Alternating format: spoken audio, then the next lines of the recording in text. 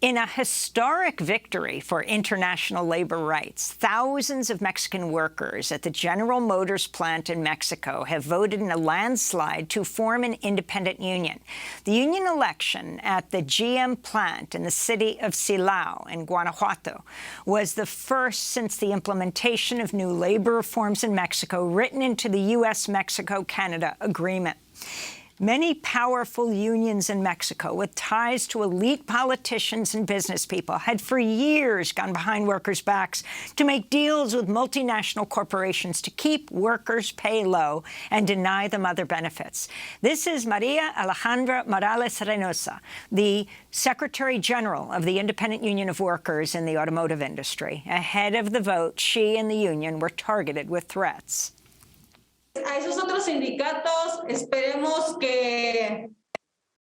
Let's hope those other unions change and work for the actual workers, so they, unions, don't only look out for their own interests. A union has to represent the workers, and I believe we are going to start by making that much-needed change.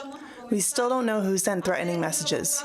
They were not only sent to myself, but to all my committee present here. GM's own reports show wages for new workers at GM's plant in Silao, who build the Chevrolet Silverado and the GMC Sierra pickups, make about $25 for a 12-hour shift. One of the GM workers, Armando Sandoval, recently spoke to Reuters about how the new union could mean higher wages for workers at the GM plant. With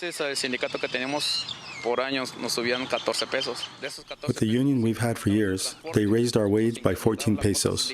Alongside those 14 pesos, they raised transportation, union fees, and cafeteria prices. Practically, we are breaking even year in and year out. We are hoping for many improvements. By choosing the new independent union, GM workers in Silao have broken ties with one of Mexico's most influential labor organizations, which had held the plant's contract for 25 years. Major U.S. labor unions supported the election. AFL-CIO President Liz Schuler said, quote, "This vote represents a rejection of the past and a new era for Mexican workers' right to associate freely." General Motors says it's ready to enter negotiations with the new independent union. Under the country's reform labor law, the union has 6 months to negotiate a contract approved by a majority of the workers. For more, we go to Guanajuato in Mexico to speak with Javier Bravo, professor of history at the University of Guanajuato. Welcome to Democracy Now!, Professor. It's great to have you with us. Talk about the significance of this victory of the independent union in a GM plant in Mexico. Thank you, Amy. Hello, everyone. Well, this victory of Cynthia's is has a very big symbolic meaning for us in Guanajuato and in Mexico, because 76% of the workers have voted for Cynthia to represent them,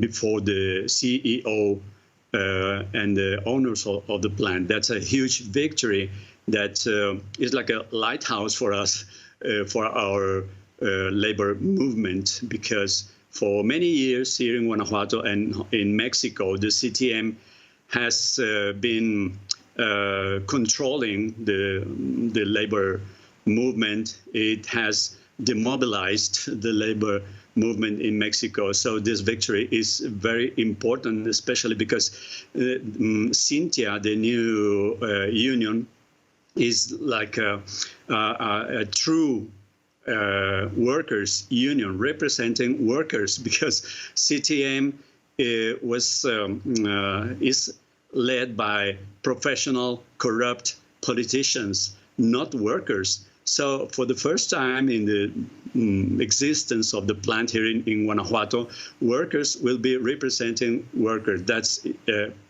beautiful news. There's some aesthetics in what is happening right now in Guanajuato, especially because the Secretary General of the Cynthia Union is a woman. That's another symbolic message to the people and the working class here in Guanajuato. Myself, as a faculty member of the Universidad of Guanajuato, and my colleagues from Mexico Solidarity Project are trying to support Cynthia in all the ways that are possible to us, because they have no means. I mean, the labor quotes, the union quotes, were in the hands of CTM. So Cynthia was born from almost from nothing, just from the will of these rebel workers. We thank all these rebel workers for creating such an inspiring union, Amy. And Professor Bravo, I'd like Yes. to ask you, in terms of the labor reform, most Americans are not aware that these kinds of elections would not even be happening had it not been for the labor reforms that President López Obrador passed shortly after becoming president, that insisted that more than 700,000 union contracts workers have to be able to vote on their contracts secretly, to vote for their elected officials. What's been the impact of that labor reform that was passed in April of 2019? Oh, well, I think the results are just in process. We are not seeing the whole picture, but now the conditions and the possibilities of free unions are very important. So they can, for the first time in our labor history in Mexico, they can create new unions independently of the will of the owners for the first time. Can you imagine? That was so that means that they can now really in real life struggle, fight for being treated as human beings, not just as objects, as means for the owner's profit, but as human beings, not as human resources like natural resources. No, they're human beings, and they have now the possibility, the legal possibility, to being treated as human beings. There's a lot of possibilities, not just only to create new unions free of the owner's influence, but also they can elect the representatives without asking for permission to the patron, from the owner. That is a new reality for our labor movement.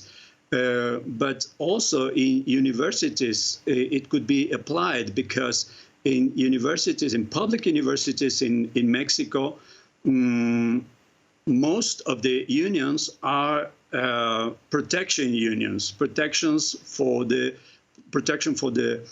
central administration. So this possibility of using the new labor legislation in Mexico is very